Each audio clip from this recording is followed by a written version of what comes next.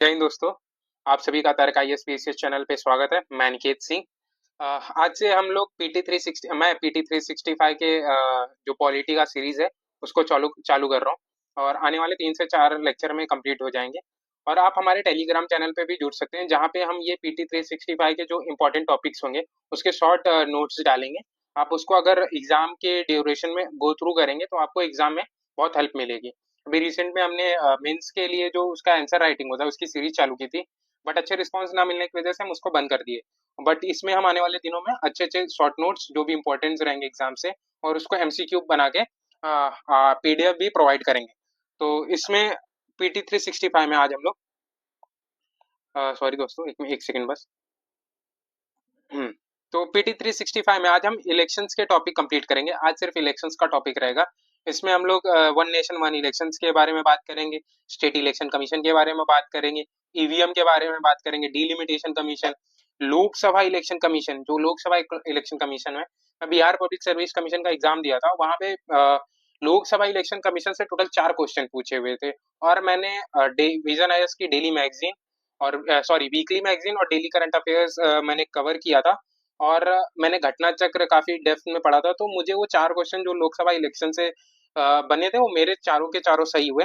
और इस पे मैं पहले इसी को चालू करूंगा। इसका पूरा जितना भी इसमें इंपॉर्टेंट टॉपिक्स है, चाहे वो कौन से लोकसभा इलेक्शंस में कितने फेजेस में हुए, प्राइम मिनिस्टर कितने प्राइम मिनिस्टर हैं जो 3 बार जीते हैं और सबसे ज्यादा ड्यूरेशन वाले प्राइम मिनिस्टर्स, सारी चीजें जो जितना डीप हो सकेगा इस लोकसभा इलेक्शंस को मैं कवर करूंगा।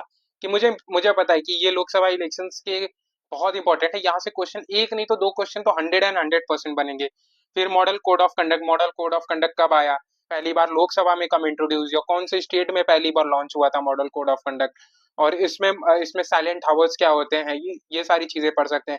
वन नेशन इलेक्शंस में हम पढ़ सकते हैं कि इसमें जो कमेटी बनाए थे उसके चेयरमैन कौन थे, उसके रिकमेंडेशन क्या थे, ये कौन कौन सा एक साथ इलेक्शन लेने की बात कर रहा है, ये सारी चीजें पढ़ सकते। स्टेट इलेक्शन कमीशन कब आया था, ये स्टेट इलेक्शन कमीशन कौन सा इलेक्शन कंडक्ट कराता है, क्या ये स्टेट इलेक्शन कंडक्ट कराता है या फिर लोकल इलेक्शन कंडक्ट कराता है, 73rd 74th कॉन्स्टिट्यूशनल अमेंडमेंट से आया था।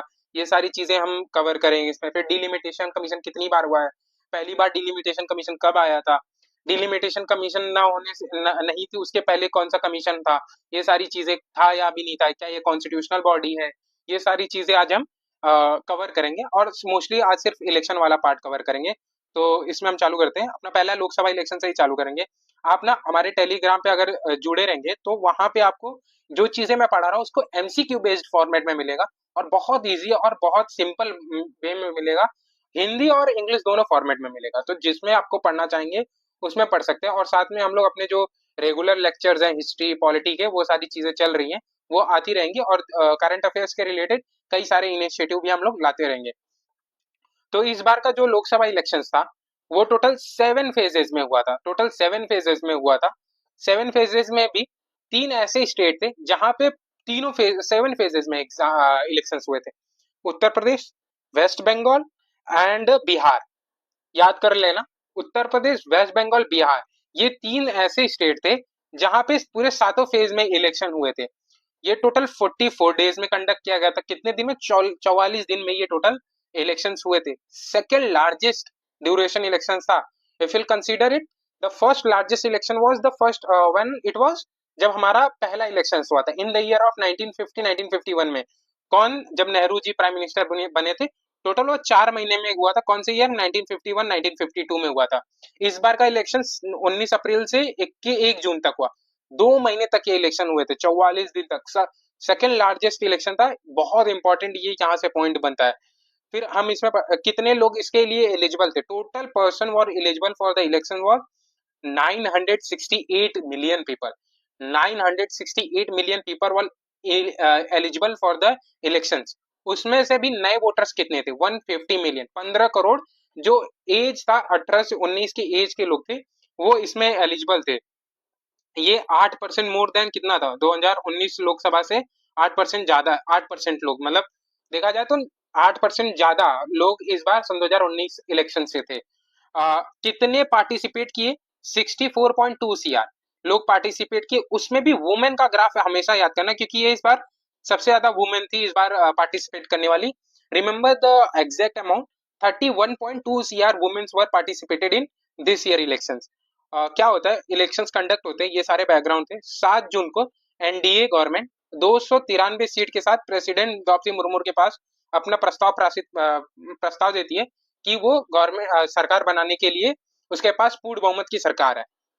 उसके बाद आते हैं हम, क्या होता है 2024, ये 2024 में जून 9 को मोदी जी तीसरी बार एज अ पीएम शपथ लेते हैं। तो तीसरी बार लगातार शपथ लेने वाले प्राइम मिनिस्टर में ये दूसरे नंबर पे है। पहले थे जवाहरलाल नेहरू, जिन्होंने इन द ईयर 1952 में पहले लिया था। फिर उन्होंने दूसरी बार उन्होंने 1957 में लिया था, फिर 1962 में लिया था। तो उन्होंने 3 बार as a prime minister sworn लिया था। और फिर उसके बाद मोदी जी ने लिया लगातार। वैसे तो 3 बार लेने वाले as a prime minister Atal Bihari Vajpayee ji भी हैं और इंदिरा गांधी जी भी हैं एज अ प्राइम मिनिस्टर 3 बार शपथ लेने के लिए। और इस बार के टोटल 72 काउंसिल्स ऑफ मिनिस्टर उनके साथ शपथ लिए, जिसमें से 30 कैबिनेट मिनिस्टर थे, 5 मिनिस्टर ऑफ स्टेट थे और 36 इंडिपेंडेंट चार्ज थे। उसमें 7 वुमेन थी, 7 वुमेन मिनिस्टर पार्टिसिपेट की। एक मिनिस्टर कैबिनेट में थी, निर्मला सीतारमण जी, जो मिनिस्टर कैबिनेट में, बाकी मिनिस्ट्री ऑफ स्टेट और इंडिपेंडेंट में चार्ज लिए थे। एक फिगर आप याद रख सकते हैं कि मेल वोटर्स कितने थे।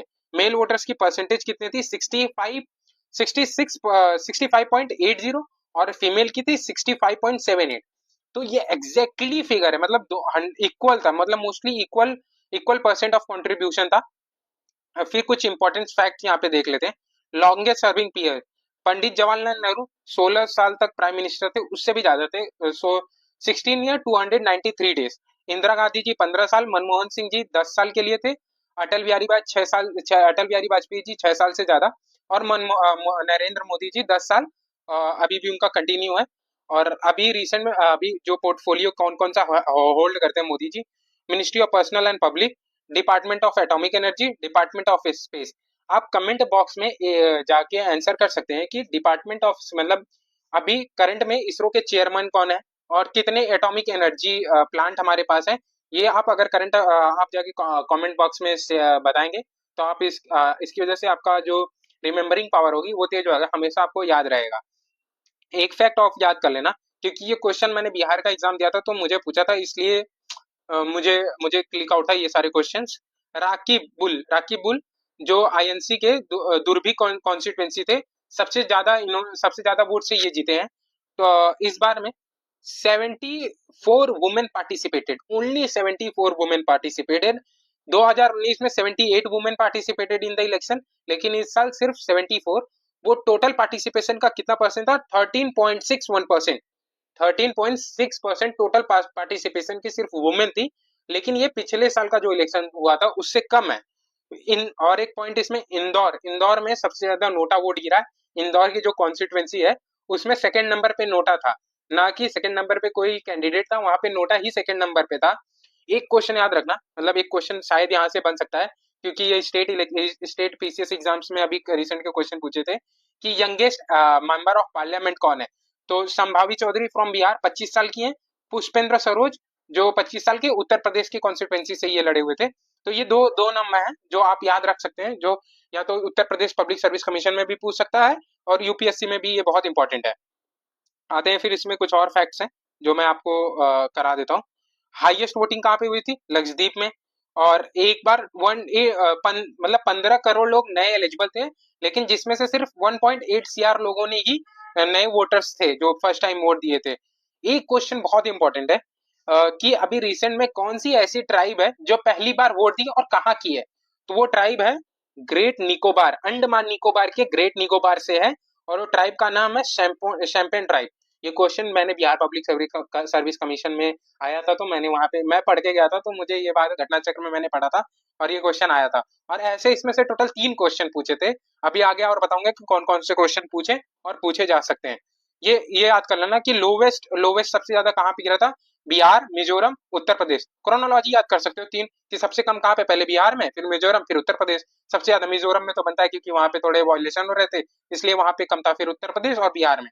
इलेक्ट्रॉल जेंडर रेशियो कितना है, 948। ये सबसे इंपॉर्टेंट है, ये भी चीजें आप याद कर सकते हैं मैंने बताया था पंडित जवाहरलाल नेहरू जी कितनी बार प्राइम मिनिस्टर बने हैं, 3 बार लगातार, 1952 में, 1957 और 1962 में। तो ये चीजें हो गई। यहाँ पे मैंने लिखा भी है, प्रधानमंत्री PM Modi ji is the only second Indian PM to win third consecutive term after the country first PM Pandit Jawaharlal Nehru. तो ये सारी चीजें, ये जितना भी इंपॉर्टेंट था लोकसभा इलेक्शंस के पॉइंट ऑफ व्यू से मैंने कवर कर लिया। अब देखते हैं कि इसमें लोकसभा पीटी 365 में क्या मेंशन किया है। ये जो मैंने बताया ये पीटी 365 में मेंशन नहीं था, इसलिए मैंने बताया क्योंकि मैंने पढ़ा हुआ था, इसलिए मुझे आइडिया याद थे, तो ये सारी चीजें मैंने मेंशन की थी, इसलिए मैंने आपको बता दिया। इसमें एक चीज आप याद रख सकते हैं इसमें कि सिस्टम ऑफ टेरिटोरियल रिप्रेजेंटेशन, मतलब every member of legislature represent geographical area known as the constituency. मतलब एक मेंबर अपने जियोग्राफिकल एरिया से रिप्रेजेंट करता है, उसको कॉन्स्टिट्यूएंसी करते हैं। Only one representative is elected from one constituency. ये नहीं कि एक कॉन्स्टिट्यूएंसी से दो लोग चुन के आ गए, एक कॉन्स्टिट्यूएंसी से एक ही मेंबर चुना जाता है, सिंगल मेंबर कॉन्स्टिट्यूएंसी भी इलेक्शन को कहा जाता है। Duration of Lok Sabha, duration of Lok Sabha कितना होता है, 5 साल के लिए। कब से कब तक, from date of first meeting after general election. जब जनरल इलेक्शन हो जाता है उसकी जब पहली मीटिंग चालू होती है वहां से लेके एग्जैक्टली नेक्स्ट 5 सालों तक लोकसभा इलेक्शन होता है। बीच में अगर कोलिशन गवर्नमेंट बनी है, टूटे ना, तो वो पूरे 5 साल तक कंटिन्यू होता है। ठीक है। However president can dissolve the Lok Sabha, president Lok Sabha dissolve कर सकती है। फिर नीचे आ जाते हैं हम, आर्टिकल नंबर 329 बी को क्या है, recently election commission of India invoked article number 329। ये आर्टिकल बस याद कर लेना, इतना इंपॉर्टेंट है। इस आर्टिकल का डेफिनेशन क्या है, article number 329 B of the constituency before supreme court to limit judicial intervention in the electoral process. ये बोलने का मतलब जो सुप्रीम कोर्ट का है, जो जुडिक्शन है, वो इलेक्ट्रल प्रोसेस है, जो इलेक्शन प्रोसेस है, उसमें इंटरफेरेंस ना करे। अब आर्टिकल नंबर 329 क्या बोलता है, नो इलेक्शंस ऑफ पार्लियामेंट और state legislature shall be question accept through out an election petition filed by the prescribe by law made by the appropriate legislature. ठीक है, ये क्या, यही आर्टिकल नंबर 329 बी है, बस यही इंपॉर्टेंट रखता है। अब इसमें पढ़ते हैं नॉमिनेशन ऑफ इलेक्शन। अभी क्या हुआ था, जो सूरत की कॉन्स्टिट्यूएंसी थी, उसमें मुकेश दलाल बीजेपी के जो थे, वो अनअपोज जीत गए थे, तो वही नॉमिनेशन इलेक्शन के बारे में बोल रहा है। ये बहुत इंपॉर्टेंट है, मुकेश दलाल बीजेपी के, यही एक इंपॉर्टेंट पॉइंट बनता है, इसलिए मैंने इसको मेंशन कर दिया था। इसमें याद करना, section 33 of representation of people act 1951 contains requirement for the valid nominations. ठीक है, अब हम चालू करेंगे वन इलेक्शन का। वन नेशन वन इलेक्शन को ही साइमल्टेनियस इलेक्शन कहते हैं। वन नेशन वन इलेक्शन क्या होता है कि अभी लोकसभा में अब तो पास भी हो गया है, तो इसमें क्या है, आप याद कर सकते हैं कि ये कॉन्स्टिट्यूशनल अमेंडमेंट बिल कौन सा था, तो कॉन्स्टिट्यूएंट अमेंडमेंट 129 बिल था, ये आप याद कर सकते हैं। ये बहुत इंपॉर्टेंट बनता है। अब तो ये लोकसभा बिल पास हो चुका है। इसमें 2-3 इंपॉर्टेंट चीजें हैं कि इस पे एक कमेटी बनाई गई थी, उसके चेयरमैन कौन थे, उसके चेयरमैन थे Ramnath, our ex president Ramnath Kovind ji उसको लीड कर रहे थे। उनका एक रिकमेंडेशन ये था कि जब लोकसभा और राज्यसभा का इलेक्शन एक साथ कंप्लीट हो जाए, तो उसी के साथ विद इन द 100 डेज अपना ये लोकसभा के जो लोकल बॉडीज के इलेक्शन होते हैं उसको भी कंडक्ट करा लिया जाए, ताकि वन नेशन वन इलेक्शन का कॉन्सेप्ट ये हो जाए कि सारा जो इलेक्शन है with in the 100 days complete हो जाए।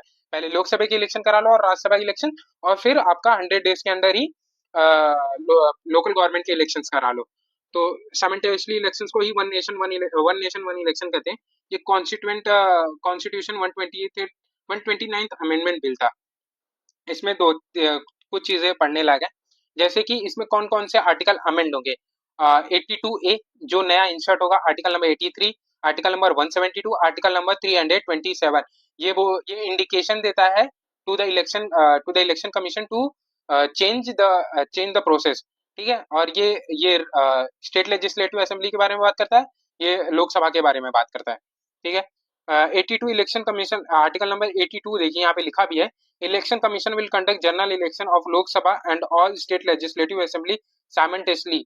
ये आर्टिकल नंबर 82 बोलेगा। इसके term for the legislative SLA will and with the term of Lok Sabha, मतलब स्टेट लेजिस्लेटिव असेंबली और लोकसभा का इलेक्शन जो साथ में ही खत्म होगा। अमेंडमेंट नंबर आर्टिकल नंबर 83 क्या बोल रहा है कि जो जनरल इलेक्शन है, जनरल इलेक्शन मतलब लोकसभा इलेक्शन, उसको अनएक्सपायर्ड टर्म या मिड टर्म डिफाइन करता है। मिड टर्म क्या है कि before the completion of any Lok Sabha, उसका उसका उसके पहले उसको डिसॉल्व कर देना ही मिड टर्म कहलाता है। उसके बाद आर्टिकल नंबर 1 से it define unexpired term of state legislative assembly. Article number 327 power of a parliament to make provision with respect to election to legislature. मैंने बताया था अभी कि ये क्या बोलता है कि पार्लियामेंट को पावर है इलेक्शंस के लेजिस्लेचर्स में चेंजेस करने के लिए। ठीक है, इसमें दो तीन चीजें हैं। लोकल बॉडी मैंने बताया, लोकल बॉडी का election with in the 100 days में कहने की बात है। रामनाथ कोविंद इस कमेटी के चेयरमैन थे। इसको रिकमेंड कौन कौन कितनी बार किया गया है, रिकमेंड इसको 170th रिपोर्ट लॉ कमीशन ने भी बोला था वन नेशन वन इलेक्शंस के बारे में।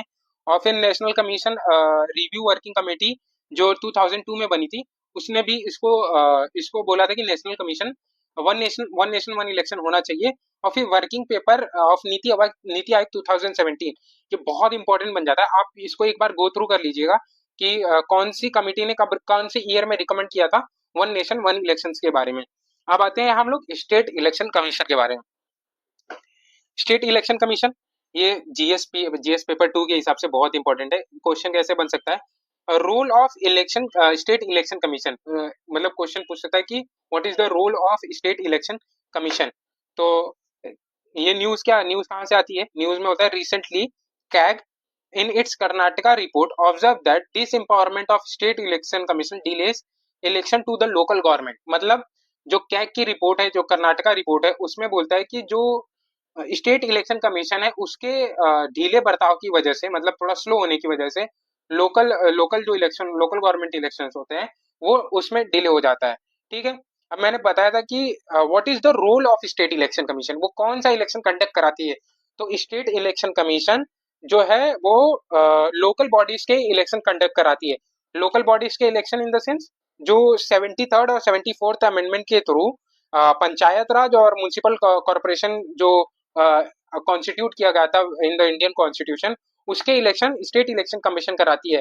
अब ये जो लोकल म्यूनिसिपल पार्टीज और पंचायत राज है, पंचायत राज और म्यूनिसिपल पार्टी ये है, इसका इंडिकेशन डीपीएसपी के आर्टिकल नंबर 40 में मेंशन है, जो इंडिकेट गार्जियन प्रिंसिपल को फॉलो करता है कि वो इंडिकेट करता है सेंट्रल गवर्नमेंट को कि आप एक लोकल सेल्फ गवर्नमेंट बनाइए। तो थ्रू चलते 74th अमेंडमेंट और 73rd अमेंडमेंट आया, जिसके थ्रू पंचायत राज और म्यूनिसिपैलिटीज गठित की गई। और ये कौन सी कमेटी ने रिकमेंड किया था, गडगिल कमेटी। तो ये याद रखिएगा, स्टेट इलेक्शन कमीशन को कौन सा रिकमेंड किया था, गडगिल कमेटी ने। जो डिलिमिटेशन ऑफ कॉन्स्टिट्यूएंसी होता है ऑफ लोकल बॉडीज, उसका भी स्टेट इलेक्शन कमीशन ही करता है, ना कि डिलिमिटेशन कमीशन करता है। लिखा ना, before general election of local bodies delimitation of constituency कौन करता है, स्टेट इलेक्शन कमीशन ही करता है। अब 243 पंचायत राज के बारे में, 243 जेड म्यूनिसिपैलिटीज के बारे में बात करता है। जो स्टेट इलेक्शन कमीशन का चेयरमैन होता है वो गवर्नर द्वारा अपॉइंट होता है और टेन्योर भी उसका गवर्नर ही डिसाइड करता है। बट इसमें एक चीज बहुत ध्यान से याद रखिएगा, इसको अपॉइंट तो गवर्नर करता है, लेकिन इसको रिमूव कौन कर सकता है, इसको रिमूव कर सकते हैं सिर्फ ये प्रेसिडेंट के द्वारा ही रिमूव हो सकते हैं। तो अपॉइंट गवर्नर करता है, रिमूव प्रेसिडेंट करते हैं। और ये याद रखिएगा, आर्टिकल नंबर 243 क्लॉज 2 को याद रखिएगा, condition of service and tenure of office of a state election commission shall be determined by governor.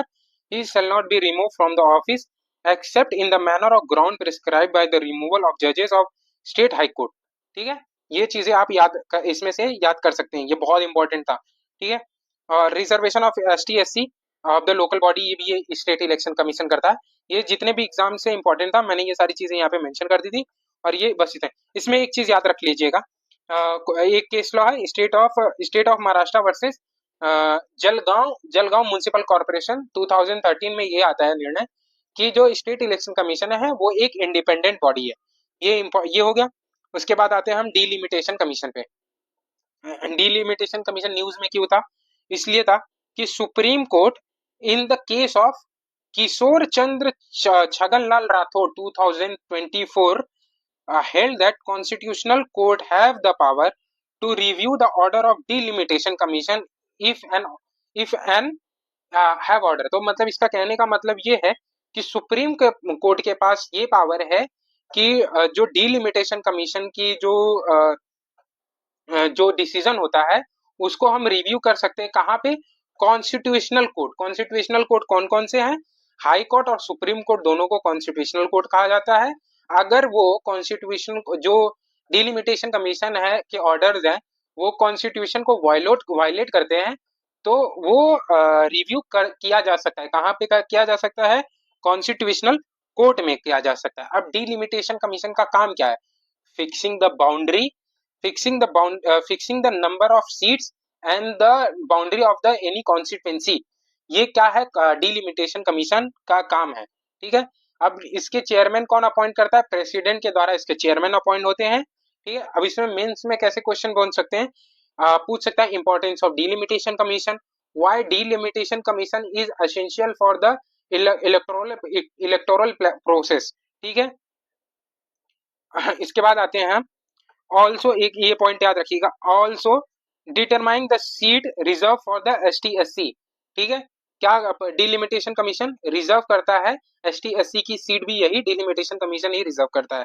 The first, अब मैंने बताया ये बहुत इंपॉर्टेंट है, बहुत ज्यादा इंपॉर्टेंट है आपके लिए।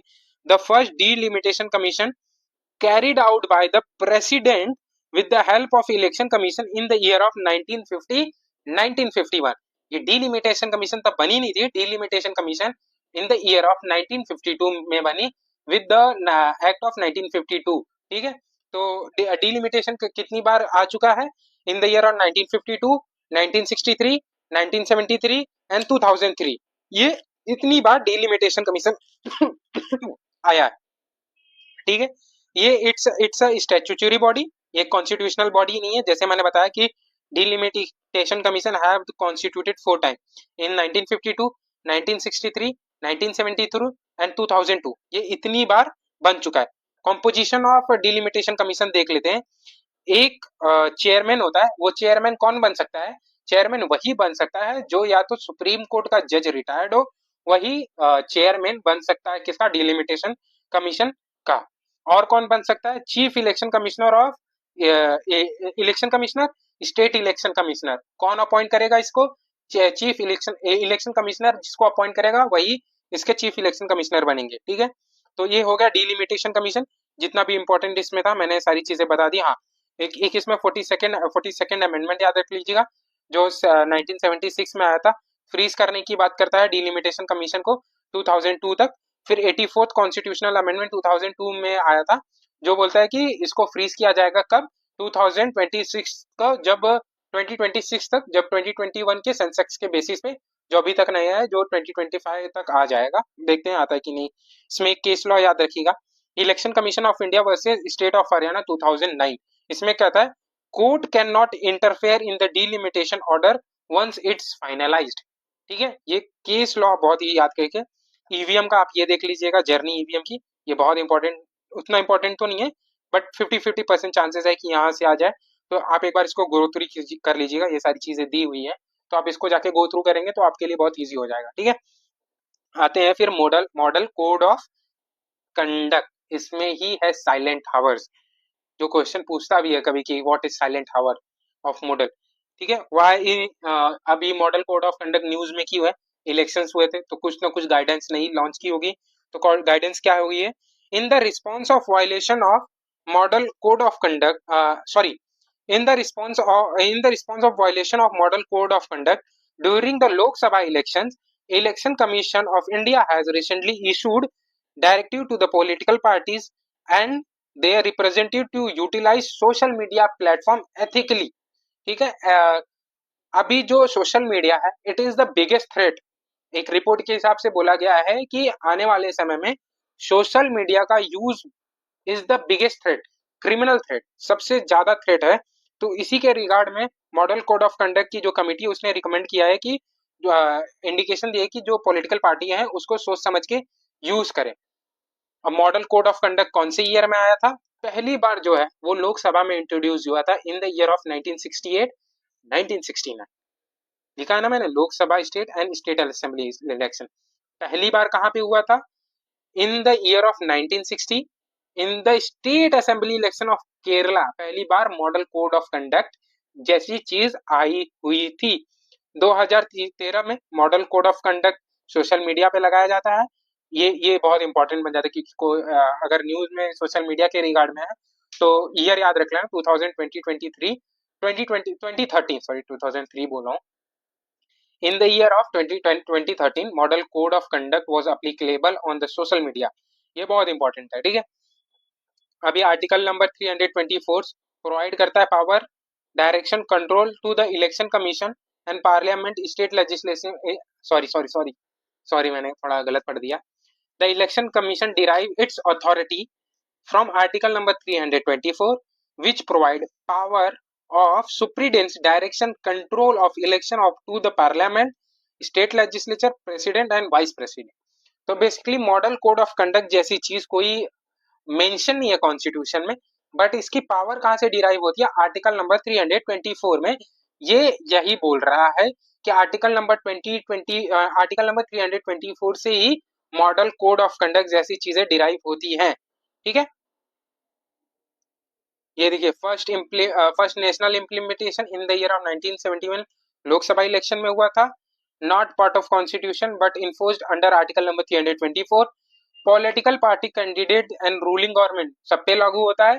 साइलेंट पीरियड याद रखिएगा, साइलेंट पीरियड है बिफोर द फर्स्ट वोट डालने से 48 घंटे तक, 48 घंटे पहले ही चालू हो जाता है साइलेंट पीरियड।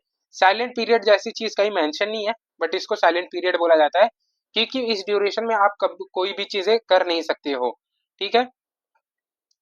पनिश किसके अंदर किया जा सकता है अगर model code of conduct violate होता है तो पीपल रिप्रेजेंटेशन एक्ट 1958 के थ्रू 51 के थ्रू किया जा सकता है। भारतीय न्याय संहिता सन 2023 के थ्रू कर दिया सकता है, ठीक है। ये दो जगहों से कर सकते हैं पनिशमेंट, ठीक है। अब याद रखिएगा मीन्स के हिसाब से activity prohibited after model code of conduct in force, no policy project और स्कीम कैन बी अनाउंस, कोई भी स्कीम अनाउंस नहीं कर सकते। अवॉइड करना पड़ता है एडवर्टाइजमेंट, कॉस्ट ऑफ पब्लिक का जो पैसा होता है उस पर आप एडवर्टाइजमेंट नहीं कर सकते। Prohibition of any ad hoc appointment नहीं हो सकता। Holding public meeting during 48 hours before the hour fixed for the closing poll, ठीक है। ये सारी चीजें ये इंपॉर्टेंट है, आप एक बार गो थ्रू कर लीजिएगा, ठीक है। ये हो गया। मैंने अभी लोकसभा इलेक्शंस तो आपको बता ही दिए थे और जो जो इंपॉर्टेंट था इसमें बता दिया। मैं आगे नीचे चल रहा हूँ क्या क्या इंपॉर्टेंट है। रीपोलिंग के बारे में, रीपोलिंग कहाँ कहाँ पे हुई, मणिपुर अरुणाचल प्रदेश 3 जगहों पे, मणिपुर अरुणाचल प्रदेश 3 जगहों पे रीपोलिंग हुई। रीपोलिंग होती क्यों है, नेचुरल क्लाइमेटी की वजह से होते हैं। डैमेज होता है वोटिंग मशीन, जो जब डैमेज हो जाती है तो रीपोलिंग किया जाता है, बूथ कैप्चरिंग हो जाती है तो वापस रीपोलिंग किया जाता है। कोई कैंडिडेट है उसकी डेथ हो जाती है और फिर डेथ होने की वजह से फिर से वहां पे कराया जा सकता है। Silent period mode of code of conduct का पार्ट है। लिखा भी है it is a ban of political parties campaigning before voting, it begin 40 hours before voting day and ends after polling ends. मतलब जैसे ही वोट खत्म होता है ये साइलेंट आवर्स खत्म हो जाता है और चालू कब होता है, वोट से 48 घंटे पहले। ये हो गया। Some provision under representative of people act 1951 during this period. Section याद कर लीजिए, section 126 clause 1, section 126 A prohibits conducting exit poll. हाँ ये सेक्शन है जो एग्जिट पोल बाद में लाने की परमिशन देता है, ना कि जस्ट इलेक्शन से पहले। अगर इलेक्शन से पहले एग्जिट पोल आ गए तो शायद इलेक्शन के जो नतीजे होते हैं वो बदल जाए, इसलिए ये सेक्शन है मॉडल कोड ऑफ कंडक्ट का जो बोलता है कि जो एग्जिट पोल है वो आफ्टर द इलेक्शंस आएंगे। अब आते हैं one candidate multiple constituency. One candidate multiple constituency क्या बोलता है कि एक कैंडिडेट दो जगहों से भी लड़ सकता है। जैसे एग्जांपल में राहुल गांधी जी एक्चुअल में उन्होंने 2 कॉन्स्टिट्यूएंसी से लड़े हुए थे, एक तो वायनाड कॉन्स्टिट्यूएंसी, दूसरी रायबरेली। जब वो रायबरेली और दोनों जगह से जीत जाते हैं तो वो रायबरेली कॉन्स्टिट्यूएंसी को चूज करते हैं और वायनाड कॉन्स्टिट्यूएंसी वो चूज नहीं करते हैं। बाद में बाय इलेक्शंस के थ्रू उनकी जो बहन श्री प्रियंका गांधी जी वायनाड से खड़ी होती है और फिर वो वहां से जीतती है, ठीक है। तो जैसे क्या under this act no limit number of constituency candidate could contest until 1996, कोई लिमिट नहीं थी कब तक? 1996 तक, उसके बाद लिमिट लगाई गई थी, ठीक है। कैंडिडेट कंटेस्ट फ्रॉम 2 सीट, ठीक है, ये चीजें हो चुकी है। अब होम वोटिंग आते हैं, यहाँ से क्वेश्चन बना था बिहार पब्लिक सर्विस कमीशन में, मैंने एग्जाम दिया था तो मुझे याद है, क्योंकि ये यहाँ से क्वेश्चन दो बने, एक दो बना था, दो एक ही में चीज बना था, और दोनों यहाँ पे मेंशन किया है। एक तो पीडब्ल्यू की 40% से ज्यादा है तो उनके घर जाके वोट दिलाना है, और दूसरा सिटीजन 85 ईयर। क्वेश्चन कैसे बना था कि पूछा था कि एज बात पूछी थी कि कितनी एज के लोगों को घर पे जाके वोट दिलाना है। तो ऑप्शन दिया था 81, 82, 80, 85, ऑप्शन 85 था, मैंने 85 क्लिक किया था। तो ये बहुत इंपॉर्टेंट बन जाता है, एकदम मोस्ट इंपॉर्टेंट, क्योंकि ये पहली बार इंट्रोड्यूस हुआ था, तो इंपॉर्टेंट बनता है। कुछ चीजें जब पहली बार इंट्रोड्यूस होती है तो बहुत इंपॉर्टेंट रहती हैं। इसमें बेसिकली क्या हुआ, होम में जाके वोट दिलाने में आपके साथ सेम जो प्रोसेस बूथ पे होगा, सेम चीजें वहां पे होंगी। वहां पे एक इलेक्शंस का बंदा जो इलेक्शंस कंडक्ट करा रहा है वो वहां पे जाएगा, और साथ में सिक्योरिटी जाएगी, आपकी सिक्रेसी मेंटेन की जाएगी, सारी चीजें एक जो वोटिंग वो होता है वो सारी चीजें वहां पे अवेलेबल कराई जाएंगी। सर्विस वोटर किसको किसको कहा जाता है? Member of arm forces, post outside India है, या फिर पुलिस फोर्स में जो वोट देने नहीं जा सकते, और आर्मी वालों के लिए, तो ये सारी चीजें इसमें मेंशन है। इसी को कहते हैं होम वोटिंग। फॉर्म 17 ये सब इंपॉर्टेंट नहीं है इतना। तो जो जो इंपॉर्टेंट था दोस्तों वो सारी चीजें मैंने कवर कर दी है, और ऐसे ही आप हमारे साथ बने रहेंगे तो जितना भी और आने समय में हम लोग अपने आप को इम्प्रूव करेंगे, और बहुत सारी चीजें अपने टेलीग्राम चैनल और यूट्यूब पे